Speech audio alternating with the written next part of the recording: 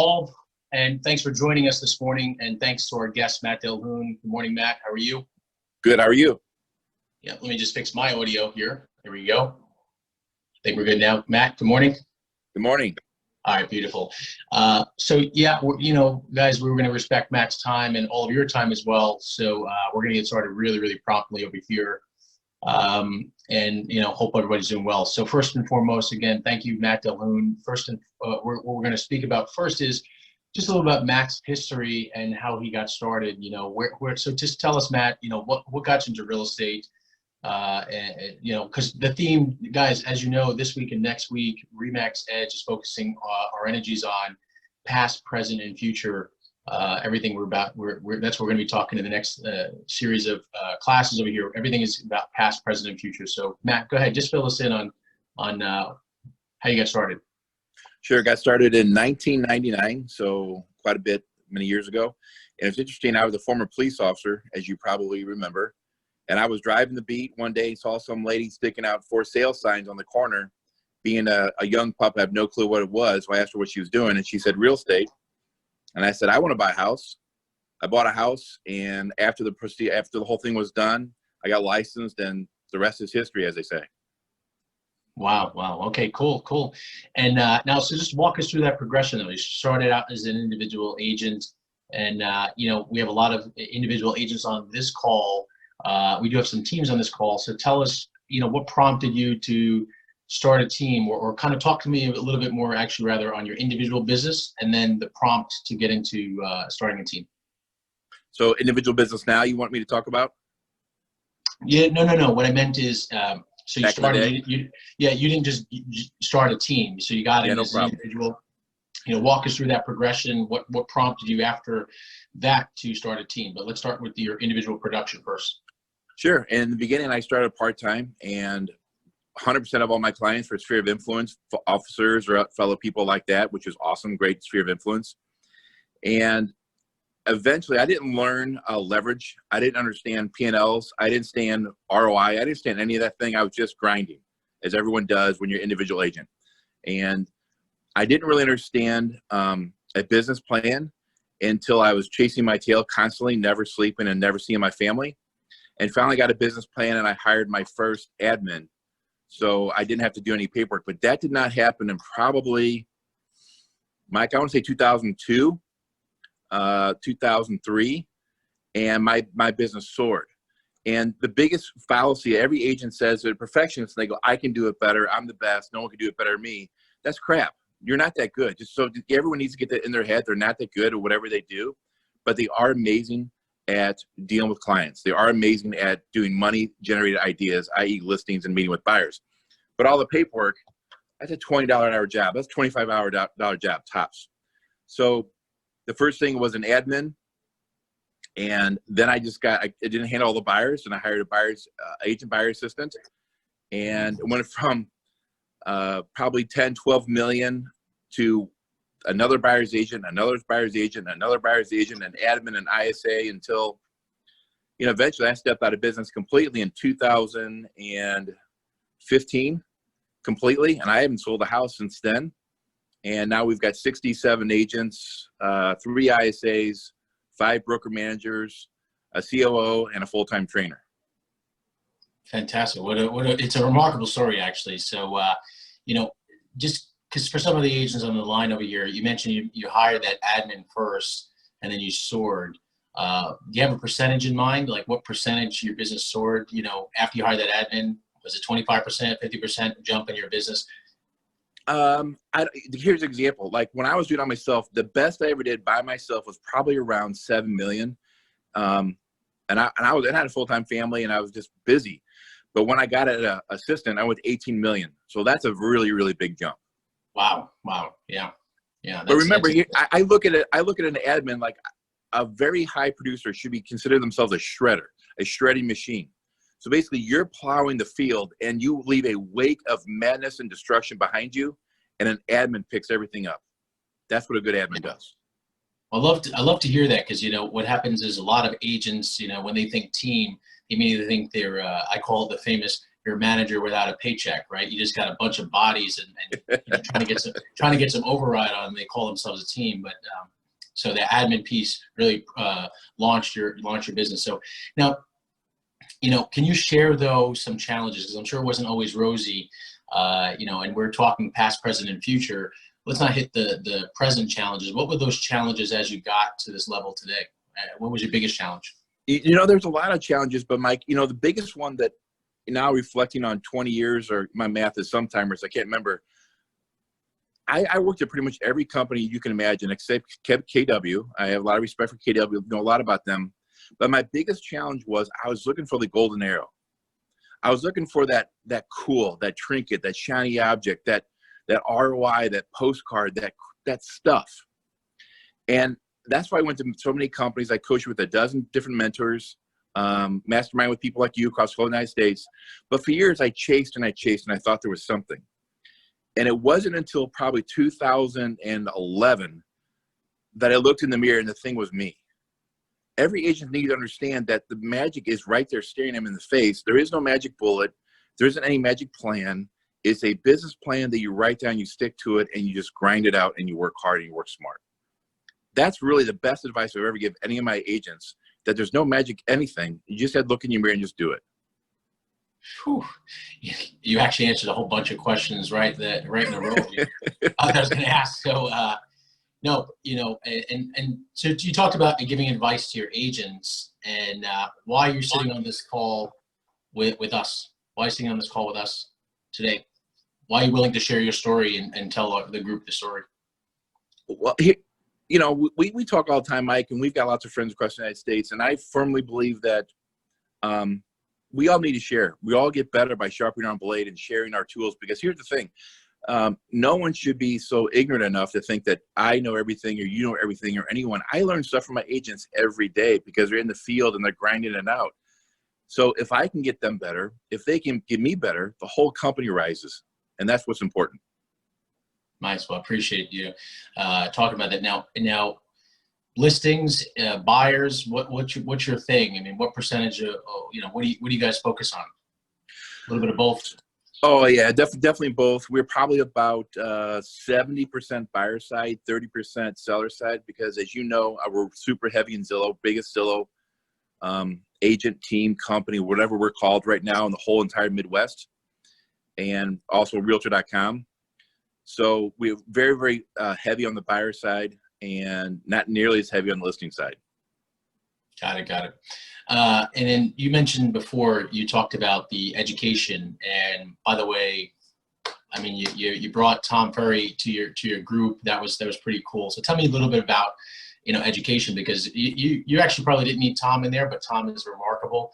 But you know, he's another great talent in the coaching space. So tell me a little bit about education. You mentioned a bunch of mentors, coaches, and stuff like that. So tell the group how important it is to you, education. Education is, I mean, really, I wouldn't be here where I am, and I'm not saying anything interesting, but it's like I haven't sold a house in 5 years. How lucky am I? And I haven't got here because of myself. It's the education I learned from you on your Facebook Lives, Mike. I mean, kudos to you for doing that. That's really cool. So good on you. But, you know, I follow Tom Ferry. I've been coached by Craig Proctor, which is back in 2001, and probably another 6 or 7 people, and I'm constantly sharpening my blade. Because here's what's interesting. I don't know if agents at your company have been in business for a year or 5 years or 20 years, but this landscape, not even thinking about COVID, because this is a whole mess and everyone understands that. It's a fugazi, as you like to say. But this is changing every 4 to 6 months. Our real estate landscape, our buyer attitude, our buyer mindset, our seller mindset, everything, the conversion tactics are changing every 4 to 6 months. And if you're not sharpening your blade and understanding how to get a higher conversion rate, you're going to be washed out of the business. Education is key right now more than ever. And that's interesting, because that kind of leads us into the present, right? So you talked about the past, we're getting right into that present, and we are right in the thick of things. But it's interesting what you said about, you know, the COVID pandemic, and we're praying for all humanity here. But I think we've already been leading towards a transition, not only as a marketplace, but also the industry.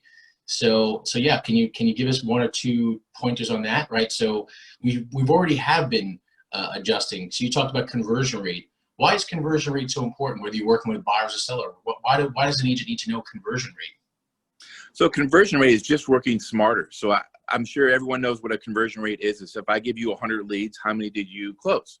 You know, it depends on the lead source. It could be 1% all the way up to 9%, depends on the lead source.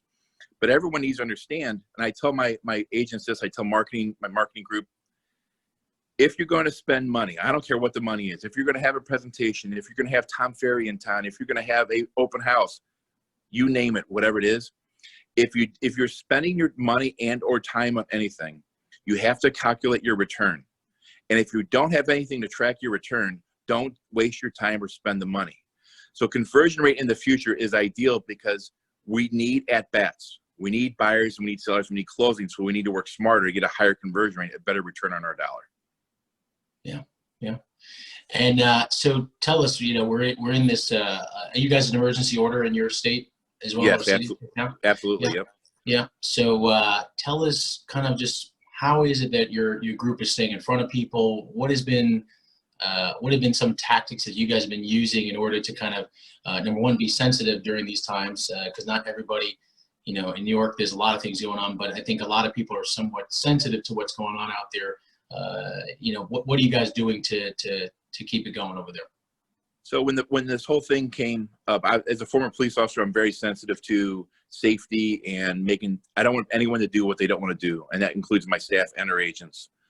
So we did very, very early that I cleared the office out immediately and only certain essential personnel could come in. And we talked to every one of our agents and we said, you're deemed essential, but that doesn't mean you need to work. You need to understand and be safe for yourself and your family more than anything else. And if you're too scared or you don't want to, don't work. But remember, a lot of the buyers, we still get leads coming in. We still have closings. We're actually having a pretty good month after month. But we told the agents, just talk to the clients, talk to the leads on the phone. Most of them at the end of the day will not want to see the house because they're scared too. But if you shut down and if you don't keep thinking and sharpen your blade, you're going to come out of this, because we're going to come out of this like a cannon. And if you keep on working, keep on talking to your sphere of influence and your leads, you're going to have a great year. But just because you can't go out into an open houses, open doors, doesn't mean you need to quit work. So that was kind of our mindset. We do Zoom 3 times a week. We have conference calls all the time. We have a Facebook page that's full of nonsense and silliness to keep everyone sharp and kind of laughing, because we need to lighten the mood, because these are goofy times. Yeah, yeah. And now, what is your? You know, so you mentioned we're going to pop out of this like a cannon, and you know, I don't like to really get into an economic talk because we just really don't 100% know. But what is your feelings about not only the economic outlook, but what's the future of the real estate business now that we're going to come out of this? I think what we talked about in the present, right? So we talked about transition. What's going to happen now with our industry? So let's talk about economy first, and then after that, let's talk about the industry. Where do we think this is all going to go? So obviously, I'm no economist. I'm just a big fat former police officer, so I'll do my best on the economy. Obviously, unemployment rate is going to go up, and we're probably going to get our stay of order extended till the end of May. I don't know about New York. I'm sure you guys are going to get May or May longer. I don't know, but that's going to hurt. Unemployment is going to go up. But there will be a lot of people that are pent up in their houses for a very long time, and they're sick of their spouse, they're sick of their kids, and they're sick of just being there. So the agents that are smart, the agents have been engaged, the agents have been educating themselves and all of those things, they're going to come out of it. They're going to want to look at houses. They're going to want to buy houses. So the economy will hit a lull, and it's going to be, in my opinion, probably 3 months to where it's going to start going down, slowing down. But the interest rates are going to drop. I own a mortgage company, have for years, and we're all thinking from everything we've heard that interest rates, when we come out of this, are going to plummet, which is going to be a great boost in the arm for all of us to get the economy jump-started again. And now, what do you think about the industry as a whole now, moving from an economic outlook, you know, with the portals and what they've been doing and the referral companies and technology? You know, I remember there was a trend. There was a panel that I was listening to a couple of years ago, and they made a joke. They said, you know, in the future, the self-driving car is going to take you to the house. You're going to get the retina scan and allow you to the house. Alexa's going to talk to you, and then the self-driving car is going to pick you up and bring you back to the office. You're going to negotiate the deal over Zoom now at this point. So I think we're far from that. It's our hopes, but what do you see in the next 12, 24 months? Are we gonna like really advance because of this pandemic? What do you see? What do you think is gonna happen? That's interesting. I think I was at the same Zillow seminar when they actually had that. But yeah, here's what I think. I think digital signing for closing docs are going to be a little bit more important now, because that causes a lot of problems right now with COVID. But I think you're going to see a lot of agents come out of the business because they're literally broke. So I think there's going to be a little bit, and I don't want to talk about the 2008 crisis or recession we had, but you're going to see a lot of fallout on agents because they can't afford their fees and their dues, and they had no closings. Which, I'm going to be a little bit heartless, and it's probably the good thing because they probably shouldn't be in real estate, not all of them. But I think we're going to be in good shape. I think there's going to be a calling of a lot of real estate agents. I don't think it's going to, I think people want that interaction. I think they want to go look at houses. I think they want to talk to agents. I think they want to get back to normal life. And this whole Zoom, and this is all cute and it's all fun, but at the end of the day, people want interaction. So I think we're years from all that non-touch face-to-face stuff. Yeah. So if you don't mind, I would love to just get a couple of questions from the group. Are you cool with that? We get a couple of questions from the group. So anybody on here right now has a question pent up, please raise your hand or send it through the chat so I can unmute you. Anybody? Come on, don't leave me ghosting over here. Paulie, I'm going to just call on you, Paulie. You're on my screen. So Paulie, what do you got? And then Anthony Lopez is next. Paulie, you're muted. Yeah, okay, I'm unmuted now. Okay, good. Anthony Lopez is next. So, hi, thank you so much, Matt. I loved listening to you and get reaffirmed on some of the things that Mike has been telling us, and some of the self-discovery that is happening with all of us right now. I was actually Googling you as you were speaking, because I didn't, I don't know if Mike forgot or what your market is, like where the office is, the team. I don't have any questions. There's a part of me that actually feels very reaffirmed by what you said. I do believe that things will change for the better. And it's just a matter of taking a deep breath and just continuing to be out there in front of clients. And I shared that yesterday. I believe that now more than ever, especially at times like that, is when we need to service our clients. Some of the closings that are still happening, there's a lot of things that are changing in the way people are closing, attorneys, inspections, appraisals, and our customers had no idea what was going on before, and now they know even less, because some of the stuff even we have to relearn. And so I think it's really important. And I'm actually, I'm sick of being here, but I'm quite optimistic about the future. So thank you for joining us. No problem. Thank you, Paulie. Anthony Lopez. Morning, Mike. Good morning, Matt. Morning. My question is when you first started, this is kind of was always something that interested me, and I've had funny conversations with Mike about it. But you said you started part-time, and I guess, were working as a police officer when you started. How did you find the balance? Because my first year in the business, I'm coming out of the car business 25 years, and I'm doing it full-time. I've been doing it full-time now for a little while. But my first year in the business, because of, expenses and so forth, I was trying to juggle both. I struggled a lot the first year trying to work a full-time job and try to make this work part-time, and it really it was just a lot on me. So I'm just wondering, how'd you do it, and when did you finally make the transition to full-time? Great questions. And if I forget one, Anthony, let me know, because my sometimers will make me forget. So, first of all, I was very lucky as a police officer. I went to midnight shift. So that was from 10 p.m. to 6 a.m. shift. So I literally would work 10 p.m., 6 a.m., get 3-4 hours sleep, and I was up and I was working. So I would recommend highly to all of the agents listening to this that, same as my agents, they get really frustrated because there's so many shiny objects. There's so many things you can focus on: open houses, Zillow, realtor, door knocking, postcard. There's a billion things. I would say this. You need to understand all of them, but pick one and become the best in your area at that one. My thing was SOI. Everyone knew that if Anthony, if you were my client, you were my client, you were my brother. And I would bullshit with you like you're my best friend and my brother, and I would treat you like my brother. So when we went to houses and if the house was a piece of shit, I said, you're not buying this house, it's a piece of shit. So you go tell your friends and your mom and everyone else, and they go, I like that Matt guy because he's truthful. So I treat everyone like my brother and sister, so my SOI soared beyond belief. And just pick one thing, whatever you like to do, and just become the best at it. What was your other question? Did you have another one? No, really, it was just, when did you finally transition? Did you retire from the police force, or did you leave? Interesting story. So I started police work in 1994, and I got out of police work in 2000, and I had a great run from 2000, 2008, and we all know 2008 took everyone's knees out. I went back to police work in 2008 until 2011, did real estate full-time again, and left in 2011, and I haven't been back. Thank God. Okay, thank you. Yeah, I was just really curious because I think there are some agents also, a lot of other agents are part-timers that are doing it.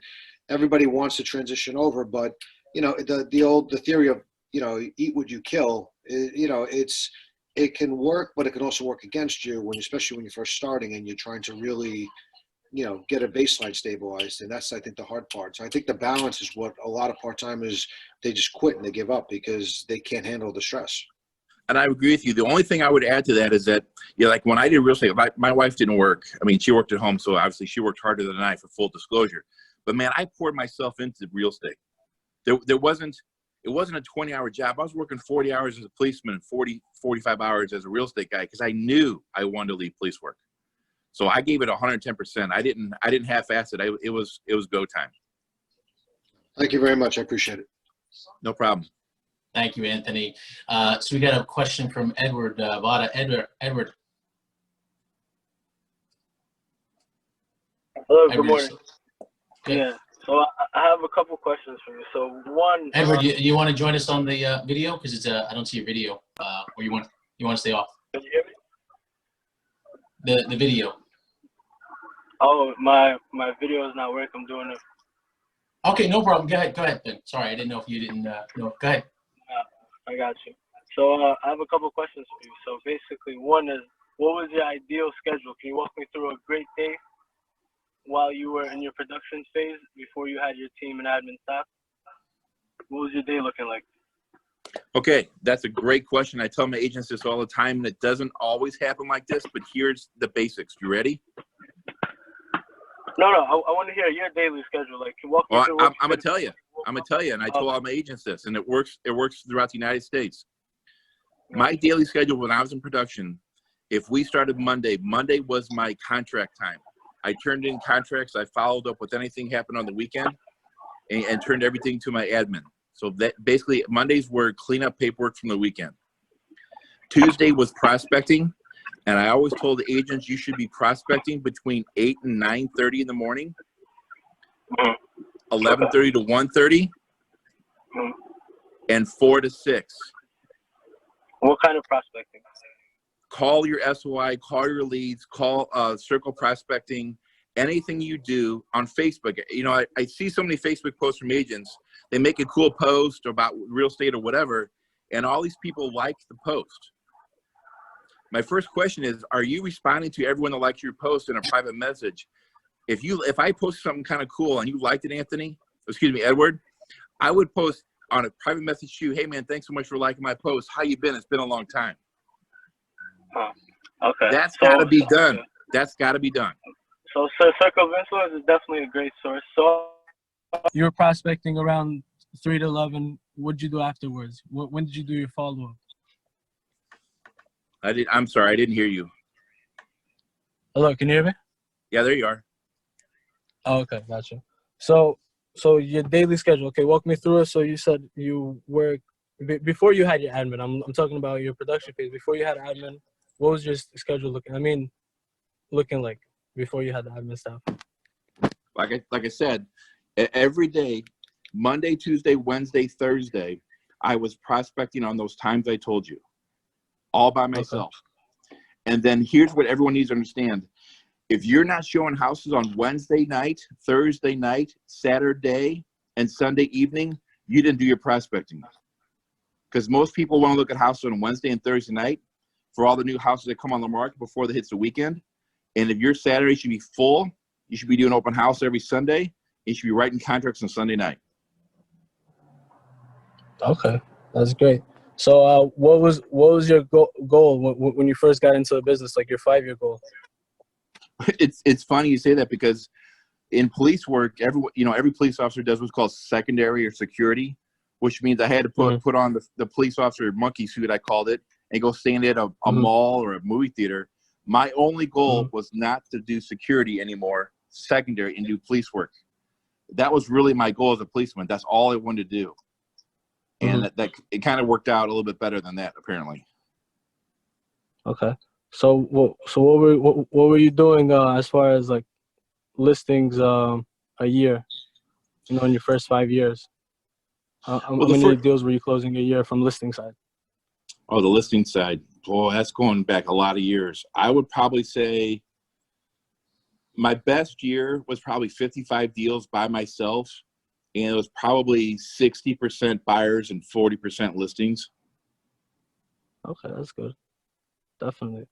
And then, so when did you decide you wanted to grab a team? How much were you making in transaction wise? For total commissions, I was making, huh? Go ahead. Sorry to interrupt you again. Go. No, it's okay. Probably between 270 and 280. But in my opinion, I should have done an assistant long before that.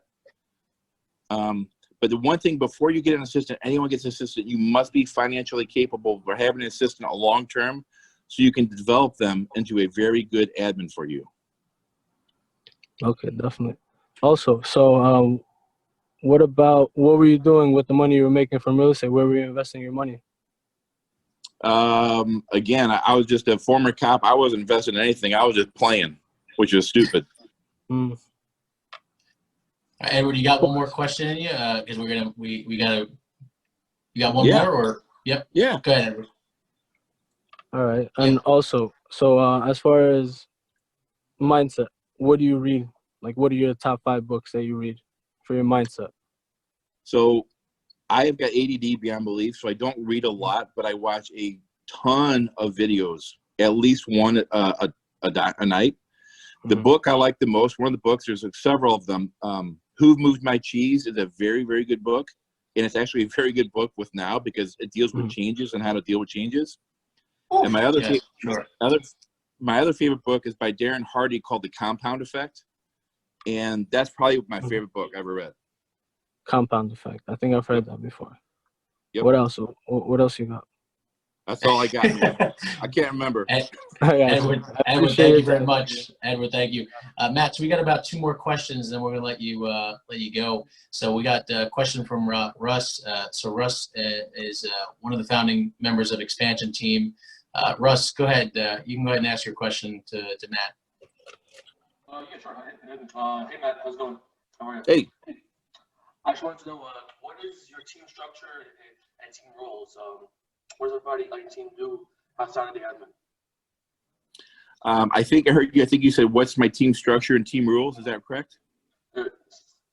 Sorry, team roles. Roles, got it. Yeah, the team structure, team roles. And Matt, are you able to change the camera a little bit, because it's kind of coming in? I know. There we go. Better? Beautiful. Good. Yep. Yeah, my phone's dying on me. Sorry about that. It's okay.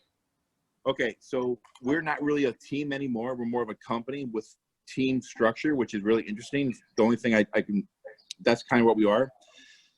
But for the team structure, I have agents. I don't personally believe in buyer's agents and listing agents, because if you lose a lot of opportunity, and they're not earning the experience and the respect of their clients when they don't understand the listing side at all, it does them a disservice.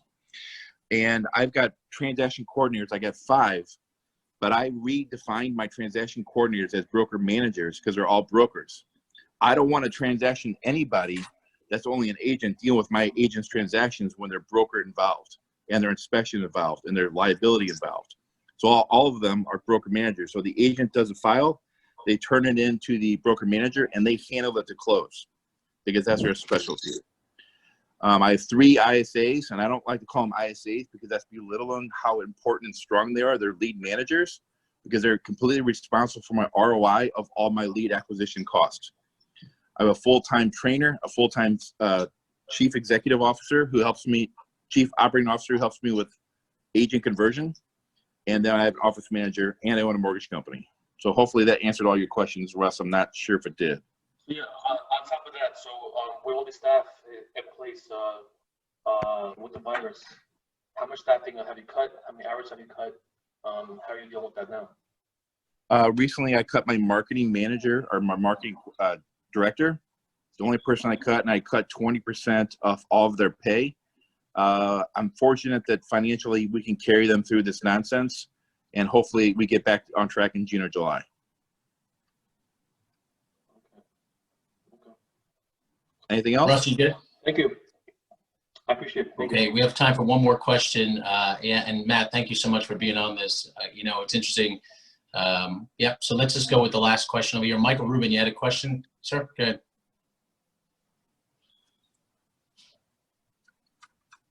Michael, still there?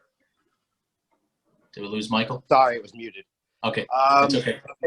Thank you so much for your time. I have a question. It might be a little silly, but you know, obviously, we're all trying to stay in front of our people now. You know, trying to stay in contact with them, and most people are pretty understanding of what's going on. There are a few people that I get the sense, you know, they keep sending over properties or keep wanting to see things, and they're getting frustrated that they can't, and I don't want to inadvertently be the scapegoat, you know, so when it's all over they say, hey, this guy didn't help me, you know, let me go with somebody else. And it's only a few people, but I just wanted to know, like, those people or all of the buyers in general, you know, just any other way to stay in front of them and make sure they know that you're on their side and that, you know, you want to help them too, but right now, you know, we can't. Right. So a couple things that might be different here in St. Louis and then you guys are in New York, right? Yes. Okay. So are showings allowed at all in New York? I don't even know. No, not now. So it's, you know, if a buyer is not understanding that it's a literally stay at home order and you can't show at all you should do to the buyer is say, please explain to me what you would like me to do. In your opinion, how should I solve this issue when I can't go show the house? And let them answer the question. Because they won't have an answer. They're just frustrated and mad, and they want to take their frustration out on you. That's all they want. On someone, yeah. Yep. All right, excellent. Thank you. I just wanted to ask. I appreciate your time. Thank you so much. No problem. Thanks, Michael. Do we have any other questions before we wrap over here? As I said, I'd like to, you know, anybody else? Well, Matt, you know, in closing, any final thoughts from you? Because ultimately, I appreciate your time. You've been a guy that I watched you grow and explode, even from a small scale team to where you're at today. And you're a guy that I love picking your brain and sharing. So you've been also very helpful to me over these years. So you're definitely a good piece of my mastermind, my friends. So any final notes for our agents in the future? What they should be thinking right now? Just any final notes for them? Absolutely. Couple things. Number one, they should be honored to have a leader like you. Thanks, man. I'm not pulling your chain. I'm not talking shit. You're ahead of the curve at every angle. You're doing a fantastic job. Again, I know what I'm talking about. I see it other people. You're way ahead of the curve. And St. Louis loves New York. So you guys be safe, and we're thinking about you guys. Thank you so much, Matt. Thank you so much for your time. I really appreciate you. Guys, I'll see you soon. Have a great day, everyone. Bye, Matt. Thank you, Mike. Thank you, Mike. Bye. Thank you, guys. Bye. Thank you.